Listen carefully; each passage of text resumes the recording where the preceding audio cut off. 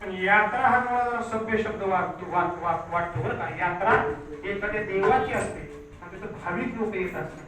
पण ज्ञानोबाने ही सुद्धा उपमा कमी पडली. ज्ञानोबाने शब्द फोडले, ज्ञानोबाई पुढे गेले. हे यात्रा नाही म्हणजे अहम भावे, अहम भावाचं ओझ घेतल्यामुळं त्याला यात्रा म्हणण्यापेक्षा हाट किंवा बाजार म्हटलेलं चांगलं. म्हणून ज्ञानोबाई म्हणतात अहम भावे हाट बाजार. आणि या बाजारामध्ये काय आहे? काम, क्रोध, अविवेक, मद मत्सर, धर्मलोपे, अधर्मे व्यवहार याचंच नाव संसार आहे बरं का. विठ्ठल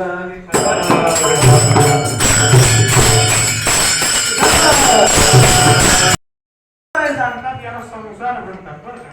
पण ही जर का संसाराची व्याख्या बघितली, ज्ञानोबाने बाजाराची व्याख्या अनेक ठिकाणी केली. ज्ञानोबाच्या मृत्यू लोकालाच बाजार असं म्हणतात. कुठे कितीतरी ठिकाणी म्हणले 9व्या अध्यायामध्ये दर्शन दादा सांगितलं आपल्याला ज्ञात आहे. ज्ञानोबाने याला बाजारात आलेलं गिराईक आपल्याला असं का म्हणलं असेल तर त्याचं महत्वाचं कारण असं आहे की अहम भावे. आपण अहम भावामध्ये गेलेलो आहे. ज्ञानोबाने जागृती करण्याचं कारणच हे. 7व्या अध्यायामध्ये जा. 7व्या अध्यायामध्ये ज्ञानोबाने सांगतात काय झालं असेल तर त्या संसारेषु नराधमाः त्या श्लोकामध्ये आले बघा किंवा वर्णन आलं.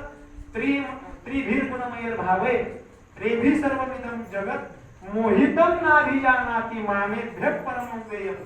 या ठिकाणी मोहित झाल्यामुळे मला ते विसरले. ज्ञानोबाने फार सुंदर उल्लेख दिले. ज्ञानोबा सांगतात की बहुता एका तर मदत करा बरं का. मी जास्त चिंतन काय करणार जे अहंकाराचा भूत संचारू झाला म्हणून विसरू आत्मक्रोधाचा. ज्ञानोबा सांगतात दैवे नियमाचे वस्त्र नाठवे पुढील अधोगतीची लाज नव्हे न करले म्हणावे ते करी वेदू. वेदाने जे करू नये म्हणून सांगितलेलं आहे, जे नियम घालून दिलेले आहे, हे केल्यानंतर पुढे कोणत्या अधोगतीला जायला लागत याची लाज त्याला वाटत नाही. ज्ञानोबा पुढे सांगतात इंद्रियाच्या राजविधी विकाराची मिळवणी मांडली अहम जल्पवादी बरळताती. या ठिकाणी आल्यानंतर विकारांची मांदी म्हणजे बैठक गोळा केली. इंद्रियाच्या राजविधी या इंद्रियाच्या राजसभेमध्ये ते सगळे विकार गोळा केले. त्यामुळे पुढे सांगितलं की येथे ज्या करता आले होते जयाला आले पांडवा तो कार्याचा आगवा विसरून या. ज्या करता इथं आलेले होते ते हे सगळे विसरले आणि विसरल्यामुळे संसाराला बाजार असं म्हणावं लागलं बरं का. कारण संसार हा संसार सोपा नाही. किती अवघड संसार आहे, किती अवघड आहे. शुकाचार्यांना अवघड वाटावं. जे ब्रह्मज्ञानी महाव्यक्ती होते त्यांना त्यांना संसाराचं दुःख नव्हतं, पण संसारातल्या ज्या येर झाल्या त्याच्याकरता ते भिलेले होते. किती भिलेले होते वर्णन केलं. कापत बाहेर आले. मला सांगा आपल्याला सगळ्यांना ज्ञान आहे, कथाला वाढवत नाही. जर का देवानं सांगितलेलं होतं की तुला मायेचा वारा लागणार नाही शुका बाहेर ये, भगवंतानी ज्याच्या अधीन माय आहे त्यानं जर का सांगितलेलं असेल तर त्याला बाहेर येण्याकरता काय अडचण होती का? तरी सुद्धा देवावरती विश्वास नव्हता. एवढा संसार वाईट आहे. विठ्ठल बरं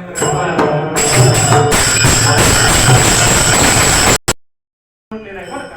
हा बाजार आहे आणि या बाजारामध्ये कोण आहे? काम क्रोधाचे गिराईक. वर्णन केलं संसार यात्रा बाजार भरला भाई. यात सुख नाही त्यात सुख नाही. त्यात येणार आहे विषयाचे समसूख. यात सुख नाही त्यात सुख नाही. असू दे पण संसार हा बाजार आहे.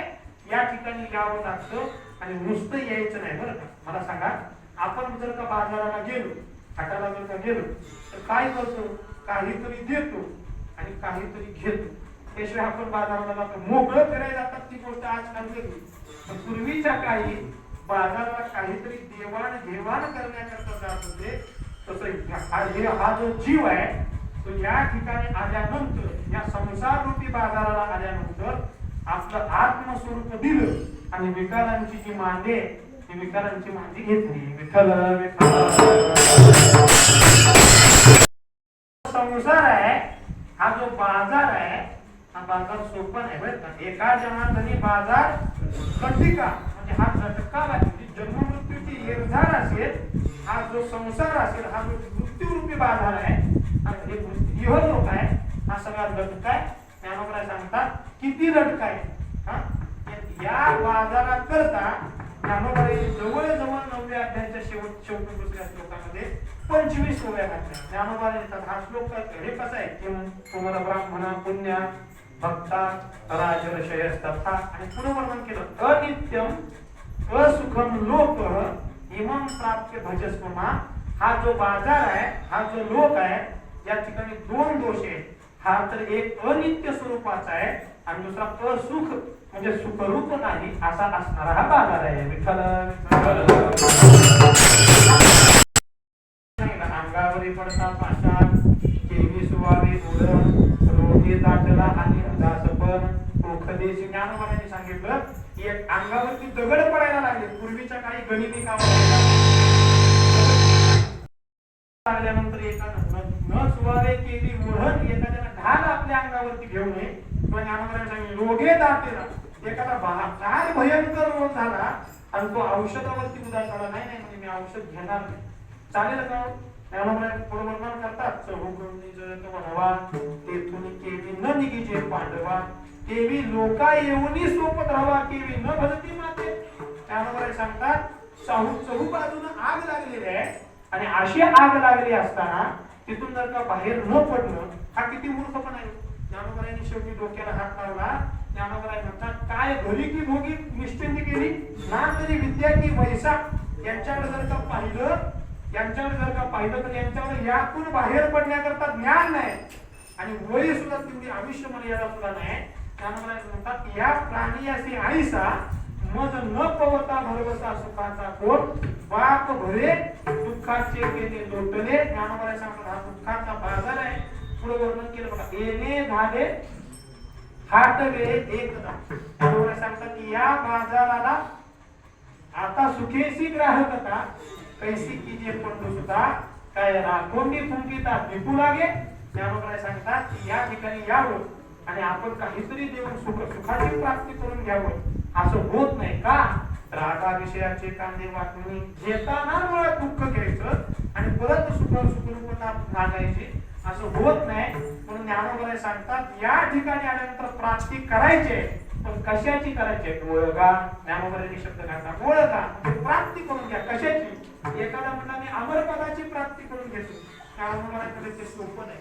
बरं ऐका काही गोष्टी दुष्प्राप्य असतात काही गोष्टी प्राप्य असतात आणि काही गोष्टी सुप्राप्य असतात. काही गोष्टी दुष्प्राप्य असतात. किती जरी प्रयत्न केले तर काही गोष्टी सहजासहजी साधता येत नाही. त्यामध्ये योग आहे बरं का. योग सहजासहजी साधता येत नाही. दुष्प्राप्य सहजासहजी सोपं नाही. प्राप्ती आहे पण सुलभता नाही. याला दुष्प्राप्य म्हणायचं. काही गोष्टींची प्राप्ती होते पण कष्टकर असतात आणि काही गोष्टी फक्त सुलभतेनं प्राप्त होतात. ज्ञानोबाने सांगतात आम्हालाच जे सुख आहे त्या मृत्यू लोकांवरती आल्यानंतर एखाद्याला वाटलं की म्हणते संसारी जन्मीजे यज्ञाधिक क्रिया कीजे मग स्वर्ग सुख भोगीचे म्हणून त्या स्वर्गाला जायचं. ज्ञानोबाने सांगतात ते सहजासहजी सोपं नाही पण एखादा असा असू शकतो तो ठाम ठाकीचा अति दुष्तर म्हणजे तरुण जाण्याकरता एक कठीण आहे पण एखादा असू शकतो. एखाद्याला वाटलं चक्रवर्ती सम्राट व्हायचं तर तो सहजासहजी होऊ शकतो. एखाद्याला यती धर्म चालायचा म्हटला तरी त्याला हे ते प्राप्त होऊ शकतं. पण ज्ञानोबाने सांगतात की आम्ही जे प्राप्त केलं ते प्राप्त करण्याकरता ही साधन उपयोगाची नाही. मग काय करावं लागतं तर हरीचं नामचिंतनच करावं लागतं आणि त्या भगवंताला प्राप्त करावं लागतं. माऊलींची भाषा आहे या आम्हाला माझी एखादा